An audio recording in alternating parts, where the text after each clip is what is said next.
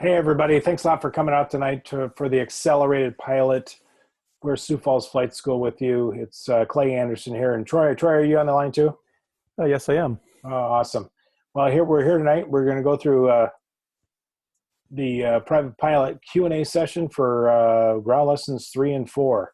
So this is our second week in a series. Sorry about this, but we've had a little issues with our audio, and we may not be able to get too much interaction tonight, but we're going to go ahead and proceed and share more information with you. Is that okay with you, Troy? Yep, sounds good. All right. So let's dive into section A, talking about the four forces of flight. Yep. Is there any other way to remind us of this with an acronym or anything special? No, not really. Just lift's opposite of weight and thrust is opposite of drag. Right. So it's basically two forces pulling at between each other in different directions. So it seems actually kind of complex. I don't know of any acronyms or anything to remember that. Just it's something you just remember, I guess. Right. Lift, you're lifting up, and weight is pulling it down, and drag, you're pulling it back, and thrust, you're. Well, let's see what this looks like on an airplane. Yep. Oh, that makes sense. There you go. Yep. So your lift is what's creating the lift? Lift, it's just the curvature of the airplane, of the wing. It is curved on the top and more flat on the bottom of the wing, and the air going over the top is going faster than the bottom, which causes a decrease in pressure. Is like when the velocity of a fluid increases, its pressure decreases. Kind of opposite what you would think, but right. Get some of that engineering. Yep, that's all that physics stuff that you learned in high school. Right. I actually opted out of that for astronomy. I love star parties, what they call them. Okay, let's get into the lift. Go ahead. Yep, it's a force that acts at a right angle to the direction of the motion through the air. It's created by a difference in pressure. The pressure difference is created by the curvature of the wing. Right. Yep. And I've got another slide here a little bit later, I think, that talks about the higher versus lower air pressure. Yep, we'll see that. Yep. Yep, then weight is just the whole weight of the airplane is always acting down towards the middle of the earth. It's just like you're standing on, it's always going towards the center of the earth. Gotcha. Yep. Thrust is just the propeller spinning. It's actually, if you look at it, the propeller is actually wings, and it's rotating, and it gets a lower pressure in front and higher pressure behind, which kind of pushes a plane forward. So which causes other problems later on, but right, P factor and different P factor and torque and slipstream and all that other good stuff. Cool. That's another lesson, isn't it? Yep. All right. And drag is just everything that's is opposite of thrust, which everything that's trying to hold you back, like the wheel sticking down or the struts holding the wing up. That's called parasite drag. Then there's induced drag, which is a byproduct of lift, but you're not getting lift for free. It comes with a consequence. Right. Yeah. So drag, I like the way you say that, parasite. It definitely is. It's like it's a parasite. It's hanging. Yep. Barnacles on the bottom of the bolt. Right. Just something extra that's always there. Yep. Sticking your arm out the window is the same thing. Yep. Yeah. I mentioned one of the things is about the airfoil and the design of the. You mentioned earlier the wing and the propeller, right? Yep. Yeah, that's the wing there. There's the top side there, the blue there. That's the lower air pressure because it's traveling faster than the bottom air. It's like if you take a molecule of air and you split it with the wing, and then it's got to meet up at the end to get there. It's got to travel a longer distance over the top than the bottom. That's what causes the air pressure difference. So is it traveling faster on top? Correct. Yep. Is that lower air pressure then or higher? Then that's lower air pressure. So the higher air pressure from below is below the wing, and that's what pushes the wing up. So it's almost like an anti-gravity thing where higher pressure air is like the opposite of that parasitic drag we talked about. Okay. Mm-hmm. Yeah, there's kind of explains it.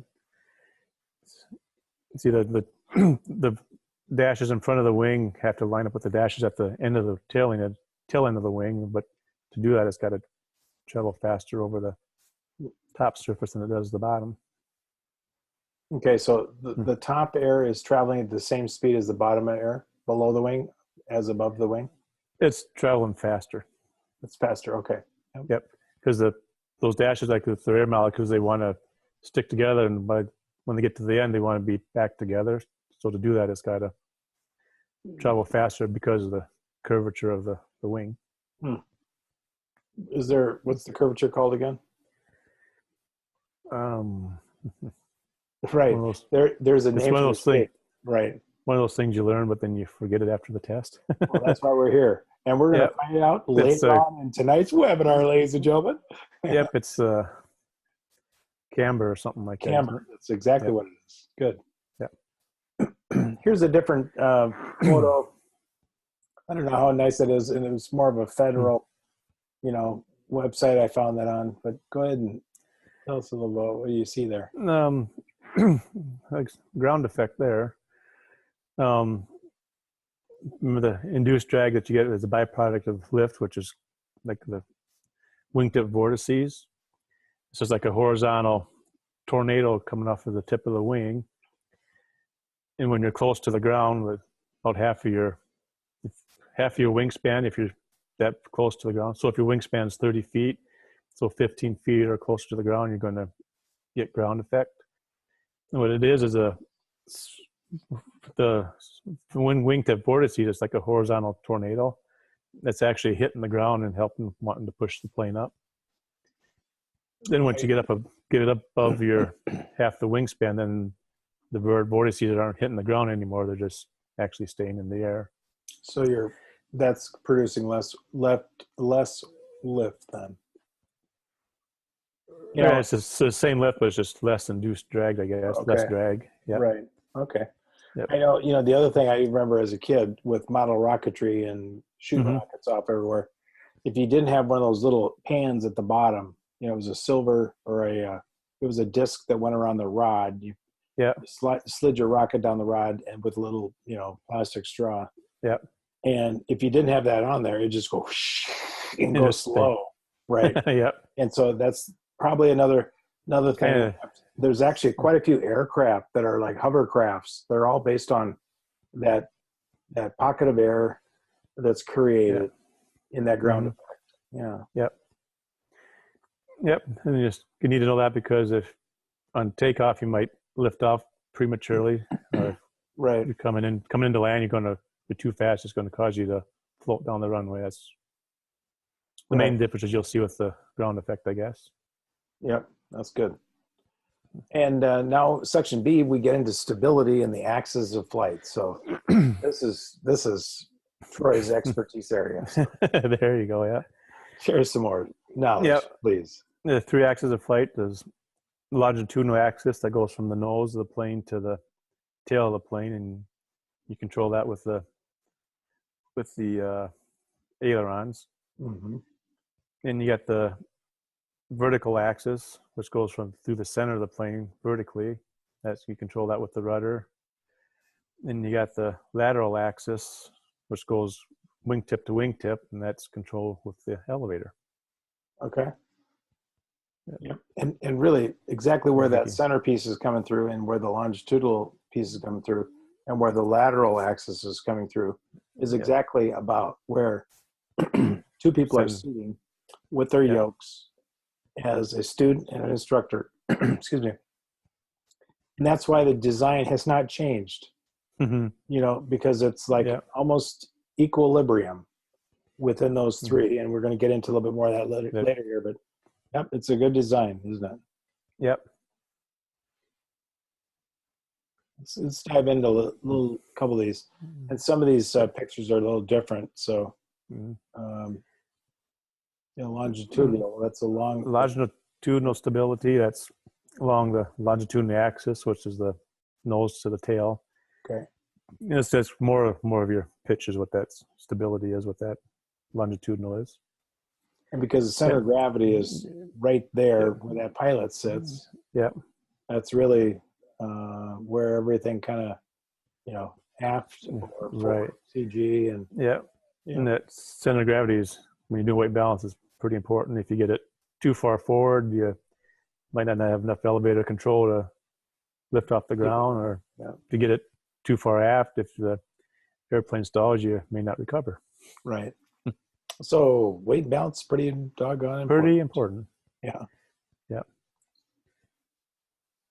There you can see too where you got the weight of the airplane pulling down, you got the lift pulling up, and if that's not balanced, it's going to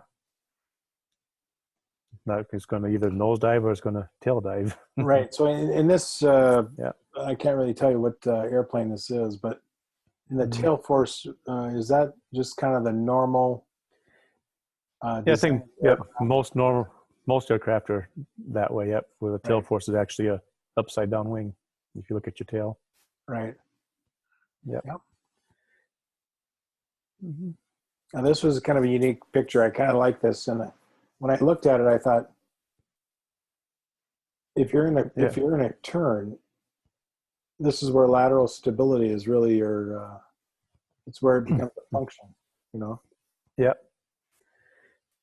Yep, and that's why when it gets rolled off the air turbulence, something rolls a plane left or right, that's the V-shaped part of the wing that's got the slight angle up is the dihedral, and that's supposed to help bring the airplane back down to this normal flight pattern again.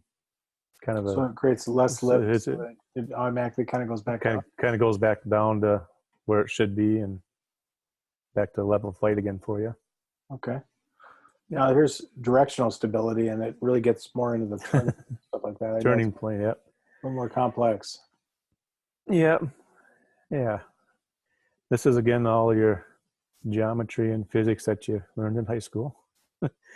Lift is actually two components. There's vertical and a horizontal. Doing a straight and level, the vertical lift and the weight of the airplane is equal. There is no horizontal.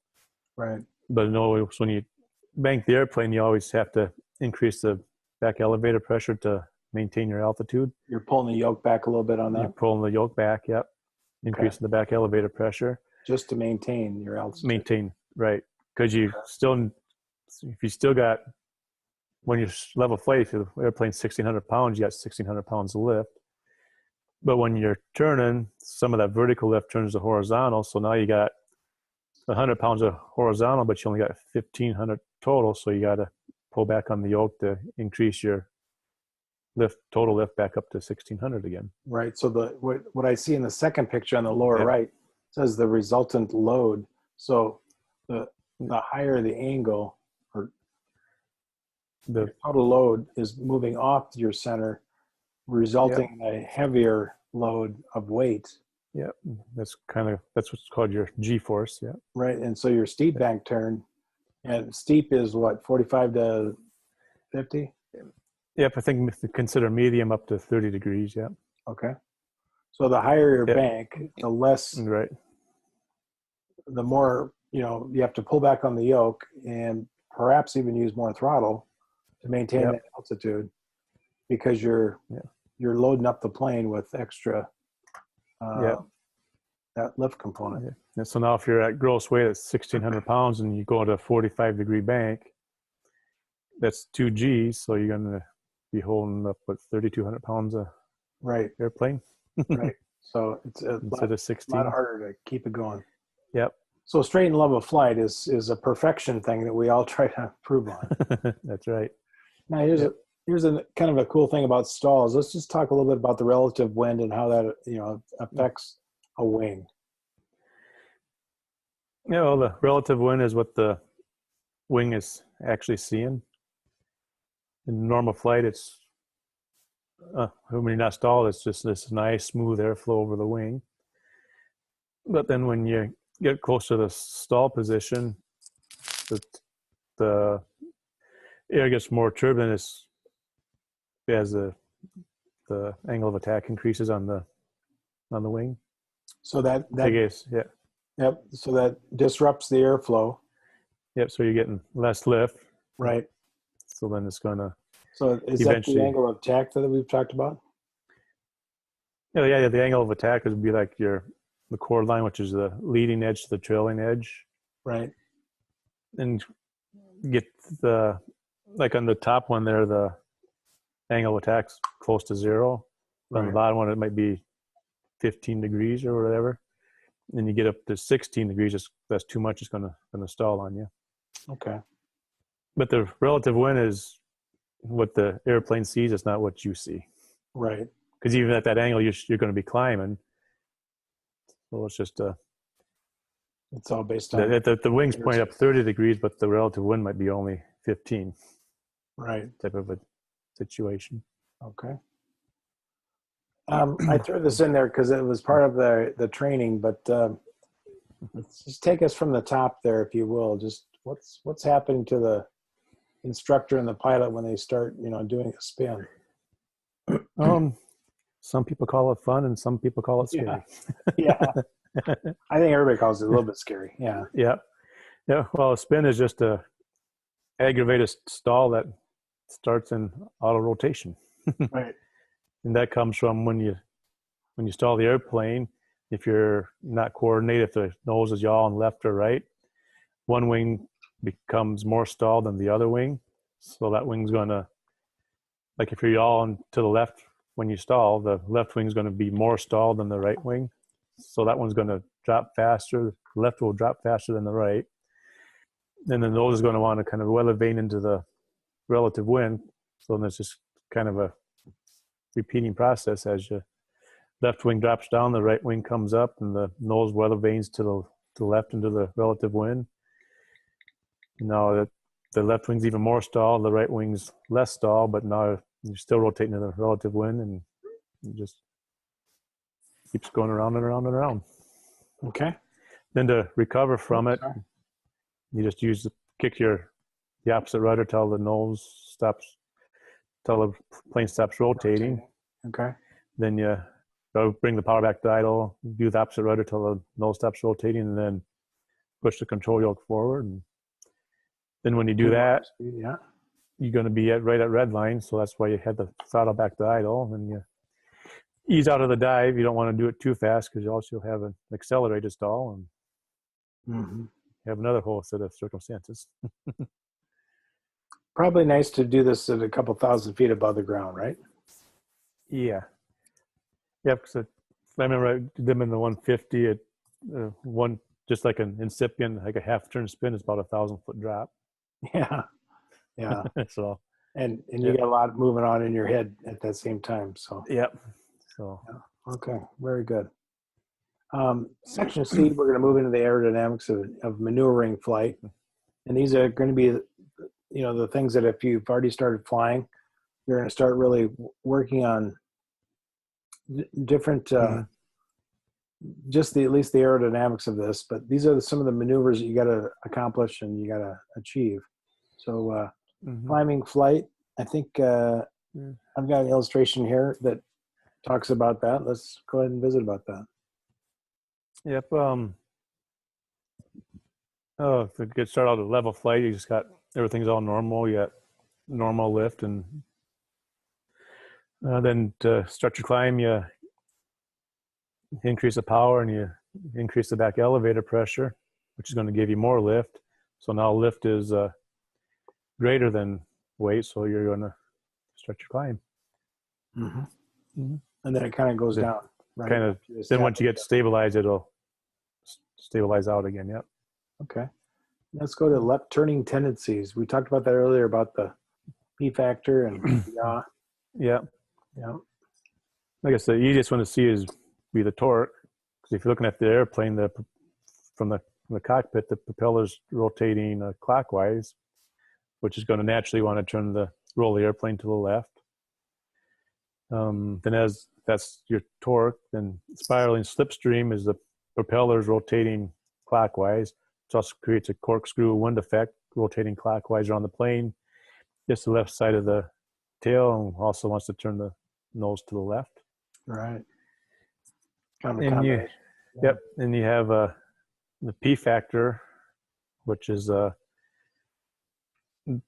you look at the propeller, when you pitch the nose up, the right side is actually got a higher angle of attack than the left side. So the right side's got more lift than the left side, which also wants to turn you to your left. So your center of thrust isn't right down the center of the propeller, it's more off to the right. So, And to counteract all these left turning tendencies, what do? Is it all rudder? you always hear us do right rudder. Right. Right rudder, and you're going to have to use ailerons at times too. Yep. It'd be a coordinated effort. Right. So that's how we kind of adjust for this mechanical torque and just the whole motion. Yeah. And then there's the gyroscopic precession, where if you have a gyroscope and you apply a force onto it, the actual resultant force is 90 degrees ahead of the rotation. Okay. Yeah.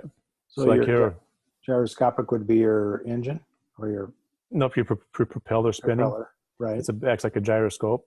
Okay. So when you pitch the nose back, you're actually putting pressure on the top side of the propeller. You're putting pressure on the back side. So when you go 90 degrees ahead of that, that's pushing pushing on the right side, pushing it out. So it wants to turn it left. 90 degrees. Wow. Yep. Then also when you pitch the nose up, it's the same thing as pushing on the bottom, pushing towards the back. So which also do that 90 degrees ahead is pushing on the left side, pushing that back, which is turning to the left. So we're flying gyroscopes with a lot of fuel. Yeah. Now, this is a little different one, but I thought the picture depicted the descending flight nice based on the flight path that, it's not our single engine up front, but it does a good idea, or at least you see that between the wings, front and back, or horizontal stabilizers, where that's pretty understandable there. Yep. And I'm going to say too, in a propeller plane, when you start your descent, you reduce the power, you got less prop wash, I guess, going over the tail, making it less effective too, is another reason why it helps you descend. Yeah. Okay. So everything gets a little sloshier too, I guess. Right. That's more when you're closer to the end of the approach to the runway. But now we've got some bold method illustrations that are pretty cool. Wings level flight, vertical component of lift. Everything looks straight at 0 degree. That's back to where your lift equals weight. Lift equals weight, yeah. Okay. Now there's a little bit more to read about. Let's see. Yeah, that's where again your lift splits into vertical and horizontal, and you can see where the vertical lift is actually the gray line now on the top, and the horizontal is the pink one, and your total lift is the blue one. And to compensate for that, you got to either add their increased power or increase your pitch attitude, or do both. Right. Yep. And stall speed is a big deal. That's we've been talking quite a bit about this, but this is why it's so important, especially around the airport where you're low and slow, right? Yep. 45-degree bank, it's a 20% increase, which is quite a bit. Right. So if we're stalling at 48, 20% is another 4.8 times, let's say it's 9, 55 knots. Close to 10, yeah. Right. Yep. That's why I always like to keep bank 30 degrees or less in the traffic pattern. Yep. Yep. And this is the bottom line. So when you get up to the 60-degree bank, that's double, or 40% increase. And that may not even, what happens if you can't get that much speed? What happens if we can't increase it that much? Then you stall and you're only 500 feet above the ground. I was going to say, let's just get off that one. That's just Yeah. That's the reality of it. And this is another illustration where, so is this Is this a Cessna 150 at 1,600 pounds here? Yeah, it looks like a 150. Looks pretty familiar. This is like off an old website. I saw that. Yep. The illustration is pretty good. So straight and level flight is where we want to be. We know the numbers, and it shows the difference between flaps up, flaps down at 20 or 40 to 40 degrees. So more flaps you have, the lower the stall speed. And that's why we train you, 10, 20, 30 degrees into the final approach so that you're at the slowest speed available, so that you don't, because your stall speed's getting lower and lower, but we want you to be able to, put it onto the tarmac there right about a little above stall. Yep. And now ground lesson 4. Did I miss one right there? Oh, okay. Nope. Ground lesson 4. We got safety, stafety, and all kinds of stuff that's going on with airports and charts and airspace. And airspace is going to be fun, isn't it? Oh, yeah. One of your favorites? It's one of the most hard things to learn. Yeah. Hardest thing to learn. Well, I got a couple of illustrations on here. Okay, yeah. It should be pretty good. So collision avoidance, is that visual scanning on the airport? Would you just have to do this because you got a flight instructor with us that's already looking out for us? Nope, you got to do it all the time. Okay. Yep. Yeah. It's visual scanning. You just you don't want to stare into space. You just want to scan in sectors, like look off to the left window, then look off to the front left, and then the center, then the front right, then off the right window. Yeah. Kind of scan it for 5 seconds there. And so while we're steering our nose wheel down the middle of the taxiway, we're trying to take it all in. We're outside, inside, Outside, inside, yeah. Yep, VFR flight, that's looking outside and use your instruments to back it up. Especially on the ground. So when you get to the right side window, and you scan your instruments coming back, and then you start back all over again. Mm-hmm. So airport operations. Obviously, we've got a couple different channels that we have to negotiate through for Class D airspace. Yep. Obviously, the first one we start with is Sioux Falls ground. Does that have a lot to do with the airport operations? Yep, yeah, he gets you from your parking ramp to the end of the runway. Right. Yeah, so he's an important controller.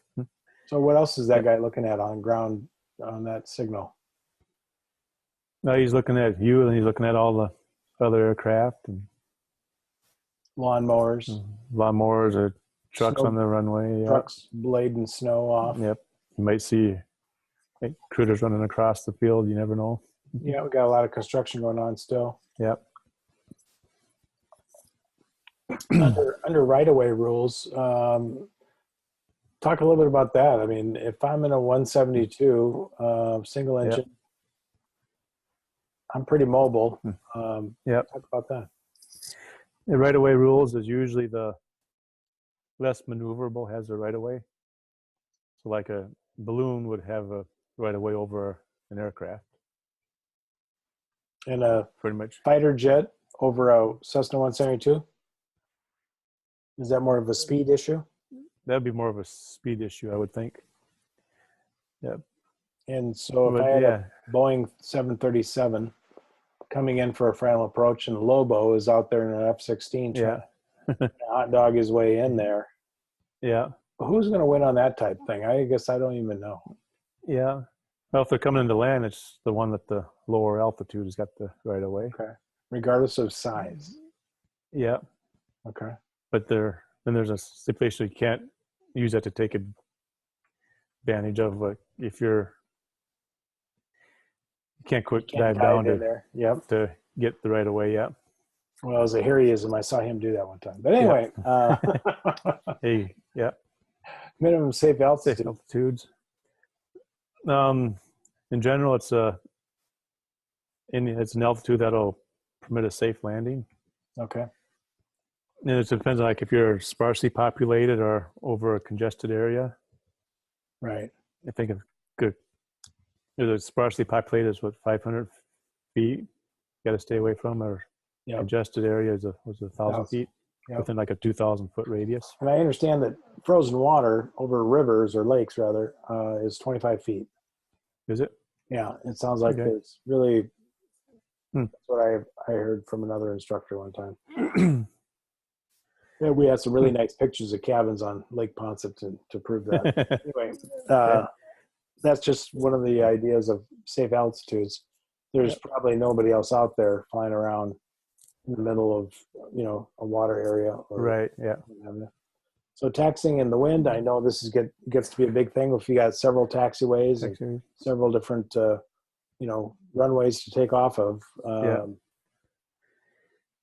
The easiest way I remember it is taxiing is turn into the wind, or if you're going into if the wind's coming at you, you want to turn into it. Yep. And if it's behind you, you want to dive away from it. Because I heard dive in, dive out. I mean, that's kind of what I remember. Then another way I remember it too is when you got the control yoke, your handle should be parallel to the wind. Right, like a horns of a bull. Yeah. Going right into the wind versus away from the wind. Okay. Yeah. And we all should dive away from the bull. Yeah.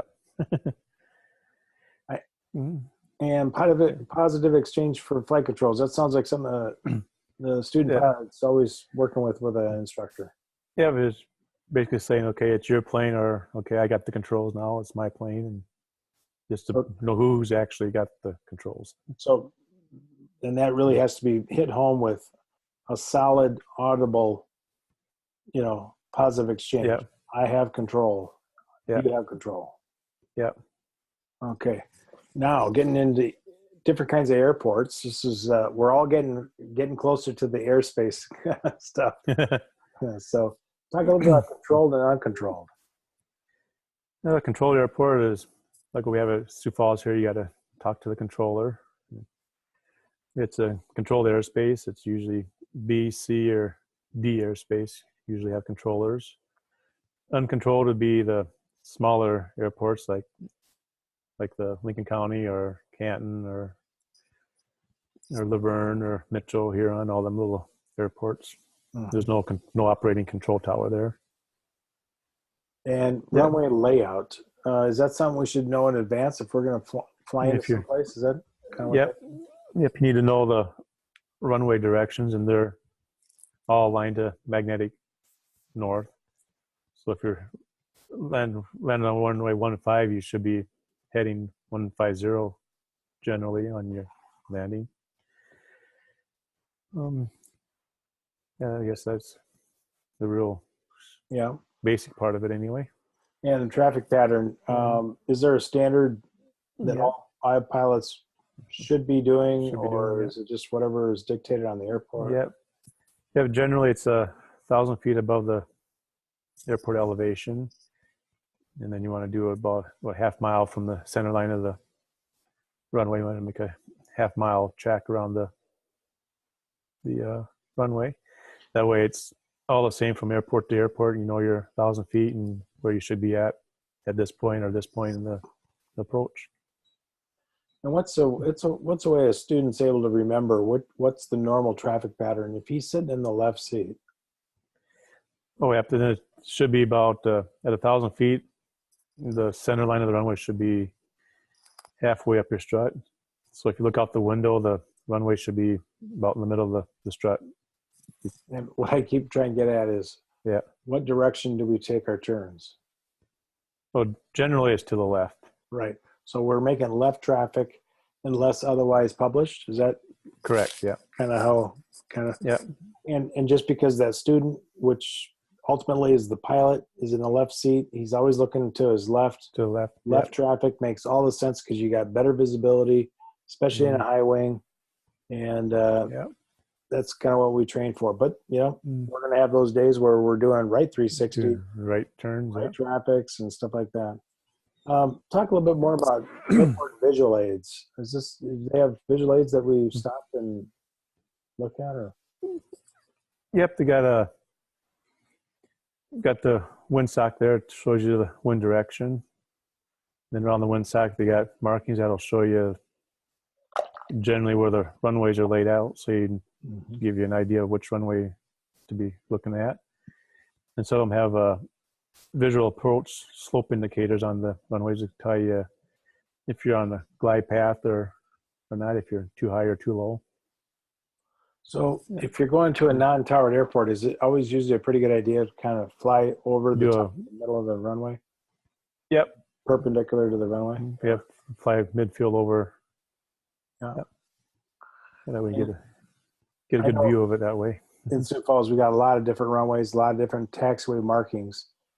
I didn't illustrate any of the, the different things. We have some other nice pieces on that, but that really gets to be a language that a private pilot really has to know, doesn't it?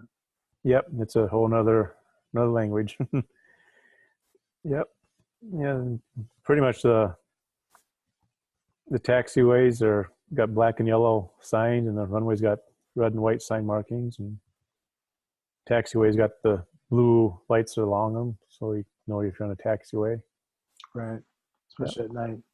Yep. The ramp area hand signals, is that for when you're coming in for fuel, or is that just something when your buddies sees you from this? Yeah, that's when you're coming into FBO, they'll show you where they want you to park and give you hand signals to come forward or go left, right, stop, turn off your motor or put the chocks in, whatnot all. Right. Yep. And runway incursion avoidance is a big deal, isn't it? Yep, it's a big problem. Yep, and that's where you get two airplanes that are basically on the active runway at the same time and could almost have a collision. And the land and hold short operations, I know those are definitely illegal for people in their solo flight. Yeah. I should say, is that illegal, or what's the right term? I guess land and hold short, they tell you to land and hold short of an runway or an intersection. But as a student pilot, you cannot accept that instruction. Right. I guess. And airport lighting, you'd mentioned the blue lights for taxiways, and we just had some new lighting go in, so it's going to be kind of... yeah, I'm kind of anxious to see those at night, see what they look like. Yeah, I was out... They were right across, all the way across the... I'm trying to think, it was right in the beginning of the... for the takeoff area on one of the edges. And... yep. Or maybe I was taxiing over it or something. There's a taxi like on the 321 where they got that taxiway alpha that open now. Okay, right. Yeah, right before you get to the runway, they'll have the hold short line, but they also got yellow flashing lights there too. Right. That are actually in the taxiway. Yeah. Well, we'll see if they last after all. First winter of snow removal. Yeah. First South Dakota winter. Right. So visual glide path indicators, you kind of talked about that, PAPIs and the 2 red, 2 white, or 4 white. If you're on glide path or not, that's kind of one of the big bonuses of being here. Talk about some of the other approach light systems. Approach lights. I guess you probably have your rotating beacon. It shows you where the airport's at. Some of them have a runway and identifier lights that flash to show you into the runway. How about ILS? They get your instrument approach lighting. Is that yellow? It's usually a white ball that you see coming down. Oh, what you're talking about? No, I was thinking more like holding short of your runway before you go in for takeoff. Oh, yep. Yeah. Yep. You got the flashing yellow light. You're not supposed to hold back. It's a little farther back from the runway just because of low visibility situation. Yeah. And then they also have the two where they'll have a mark where you got to stay out of the instrument landing systems too. They'll have that marked out too. You're not supposed to park in there. And pilot control lighting. That's where if you key your mic, you can control the intensity of the lights or the runway lights and turn them on. It's like 3, 5, or 7, depending on the intensity you want. Right. So what we found, we were just in Pipestone the other day, and we're hearing probably 4 other airports on the same channel. Mm-hmm. So are you telling me that CTAF, if I hit that 7 times, I'm going to light up everybody's lights? That more than likely. Yeah. We got to go do that at night sometime. That'd be cool. Yeah. You get, if you got to 8,000 feet, you probably see everything at one time. Yeah. Or But then something. if you're at 8,000 feet, you wouldn't normally be doing that, but let's just out having fun, I guess. Exactly. All right, let's go into aeronautical charts. I know this is one of your favorite topics. Is section C, latitude and longitude. Sounds like a up and down. Yeah, right. That's what you learned in geography class. The latitude is north and south of the equator, with the equator being 0 and north and south poles being 90, and longitudinal goes the other direction around. That's your east and west. You sure? Yeah. Is it longitudinal? Is that from the North Pole, South Pole? Let's see. I thought so. I'll have to. That'll be a quiz that we'll ask for anybody else is listening to. Latitude's your north and south, I thought. Longitudinal. So as I fly from east to west, I'm cutting across latitudinal lines or longitudinal lines? Longitudinal. Yeah. All right. Well, I think they gave an excellent exclamation on those. So yeah, we'll have to check that one. I always thought long is from the north to the south, like a bananas around a globe or something like that. Okay. And I didn't know what projections meant when I first saw that. Maybe you can enlighten me on that. I think that's something to do with Earth being round, but the maps are flat. Oh, flat. So they got to kind of fill in the gaps to make it look right. Right, and that's probably part of the degree issues. If you have more of a traditional compass, right, off a certain amount per direction of flight and things like that. Yeah. The sectional aeronautical charts, we're seeing less and less of those because of the for-flight computer, tablet, and things like that, and software.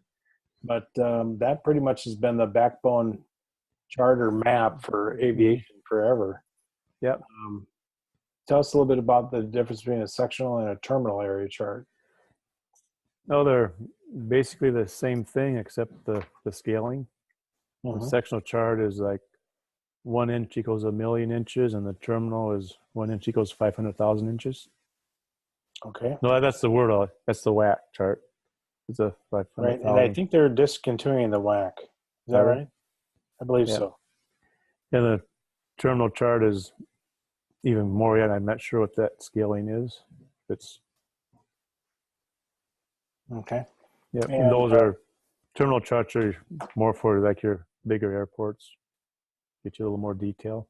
Okay. And the world aeronautical charts, I mean, I've got one that has the world on it. I think it's the world, or maybe it's the United States. But those are pretty cool to look at. A lot of information on there. But, we're not going to be using that and flying in a flight training school. We're going to be seeing that in more of a over the seas destination, 4,000, 8,000 miles away. Yeah. Chart symbology. So we're getting into the key section of some of these charts. And I'll make sure I produce I've got a piece on that that's really good that talks about almost everything on the legend there. Right. Yep. So it kind of gives you an idea. And, when you're going for your check ride as a private pilot for this course, most people, if you just go to that legend and get reviewed on it, and then maybe have your neighbor sit down with his eyes closed and have him point down to a chart, then just start getting used to kind of understand and describe where that finger went down, and what kind of class airspace, or what does this flag mean, things like that. And if you just start playing around with it that way, some of the stuff makes sense, doesn't it? Yep. And everything's right there on the legend. Everything you wanted to know about that sectional is right there on the legend. And there are a couple little trickies, that Morris likes in his take-home test that, makes you have to think a little bit more than just showing up. Mm-hmm. Oh, this is your favorite part. This is everybody's favorite part. Yes. And we're going to talk about classifications, uncontrolled airspace, controlled airspace, and special VFR. Yeah. Class A, that's where all your jet airlines usually fly. It's 18,000 up to 16,000 feet. Up to 16? Or 60,000 feet. 60. So flight level 60, is that what they? Flight level 60, and then flight level 180 and flight level 600. Just looking at this, that slide's wrong. Flight level 600. Oh, yeah. 60. Yeah, 60. Sorry. Yeah. Yep. And then we got coastal waters, Yep. You have to be an IFR flight plan to operate in that area. Okay. Class B airspace, a little bit more. B. Yeah, that's B stands for big, so it's your big airports like Minneapolis and them. It looks like an upside down wedding cake, they call it. You need two-way radio communication. You need a multi-C transponder. You need to be at least a private pilot to enter it. You can do it as a student pilot if you have an endorsement and have had training in that airspace. You can do it as a student pilot. Then you need two-way radio communications. You need actual clearance. Say they have to tell you are cleared to enter such and such Class B airspace. Mm-hmm. Mm-hmm. I'm just going to kind of move this real quick to see if we have anything else on there. Okay, no.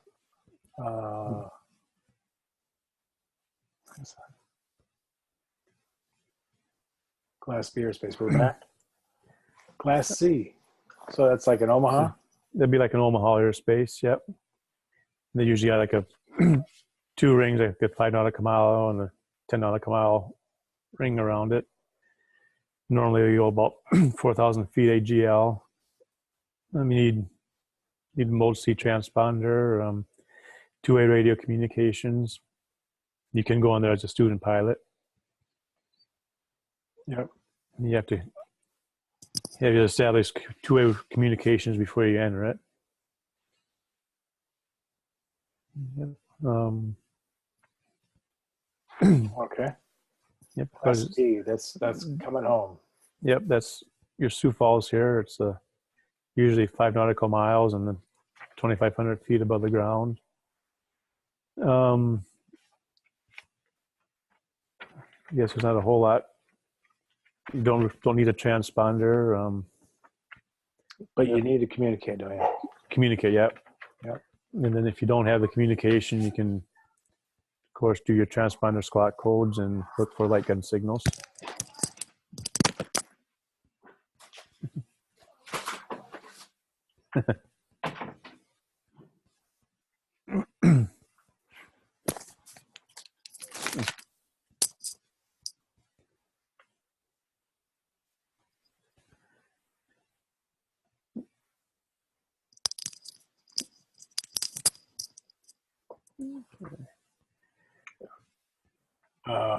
Did you go through that already? So class G is anything else that's not A, B, C, D, or E. Yeah. Yep, there's getting to be less and less of it. So yeah. Oh, it's hard to find it. Yep. There's a chart that kind of good overview of everything. Yep. Yeah, this is one of the original ones where you have like you said, the Class B is the upside down cake. You see it goes from B to C down to D. D, yeah. So the number of layers kind of changes, but looks like you've got a little bit more room underneath those big ones because the top part of that cake goes out so far. And I always, like to tell people, I said, if you think about it, the big airports is where the big iron, the big guys go. Yep, they fly into. And so they need to start descending into that airport area farther out at a higher altitude. So, the whole upside down cake is because if you're coming up from the Class B airspace on the top right side, you're flying all the way through that airspace. because you're at a, quite a bit higher altitude, maybe a 30 or 40, 1,000-foot altitude coming into that. Yeah. And, they just need more space. Yep. And you want to really get down dirty into all this stuff, or is this more like a learning tool? Probably more like an overview, because that could be another 2-hour session in itself. Right. Absolutely. So would you say the easiest thing to do is just memorize it? Memorize it, and yeah. Yep. Right. And just as one thing I like, if you go to Class C on the lower part and you go all the way to the right where it says VFR cloud clearance below 10,000 feet. Yeah. That's one of the big things we have to understand. 500 below, 1,000 above, and 2,000 horizontal. Mm-hmm. And how do you remember that? I remember it as 152. The 152? Right. Okay, yeah. Then I've always just remembered the doubles. 500, the double, 1,000, double, you get 2,000. Yeah. That's another way, yeah. Mm-hmm. And so that's pretty much, as a private pilot, everybody's going to be VFR pilots. Yeah. Those are kind of the other things there. Yeah. Here's another simpler category class, but so if you understand these basic numbers, from the ground or from a certain elevation at 700 AGL or 1,200 AGL, you're going to be able to really understand, hit home the differences, in different classes. Mm-hmm. Yeah. Talk a little bit about special VFR. Is that used for the private pilot? Private pilot can get a special VFR if you're instrument rated. And it's something you have to request from the controlling authority to get a special VFR. And that you just need 1 mile visibility and clear clouds. Mm-hmm. Yep, and the airplane's also got to be instrument rated. So it's kind of like more of an exception to an IFR flight plan. Right. When you just need it. Mm-hmm. Yeah. It's more spontaneously. Because I remember flying before too, you'd come into Sioux Falls, get a IFR clearance to do an approach into Sioux Falls, but then we got a special VFR to Great Plains for a missed approach request. And Great Plains, was that to you? That's just Lincoln County now, yeah. Oh, okay. Yeah. Right. So because there's no VFR or no instrument approach there? Right. Okay. Yep, because you had a 1,000-foot ceiling, but right. Yep. So it was kind of tight. Special use airspace. Where's a good example of this? I guess that'd be like your military operation areas. Yep. Some of the BOA areas out there. Yep, and they're depicted on your sectionals what they are, and okay. Some of the other traffic areas. Other airspace would be restricted areas. Mm-hmm. You're not to flying there at all. It'd be like over the White House or over the president or anything like that. And what's that temporary one that pops up once in a while? Temporary flight restriction. Yeah. That'd be if there's something going on, like if the president's traveling to your area, they might restrict that airspace, or if there's like the Olympics going on, they'll restrict the airspace over there, or some of the big sporting events like Super Bowls and stuff. I'm sure they'll where there are a lot temporary of flight restriction. Yeah. Emergency air traffic rules. I guess how is that talking about where if you have an emergency, you can do whatever you need to the extent of the emergency to get down safely. So if I'm flying and my flight instructor has a heart attack, he was choking on a chicken wing. Yeah, got to get him down. Yeah, so you dive. Yeah, they'll clear the airways for you and get her down quick. Yeah. Okay, air defense identification. It is. Is that more? Yeah. That's more like if you're going to be flying into Canada or Mexico. It's just, I guess I've never really had experience with that yet personally, but just the area around the whole U.S. that's the air defense, I guess. I don't know. Okay. And security-related flight restrictions are more about. Is that more about like the presidential stuff, or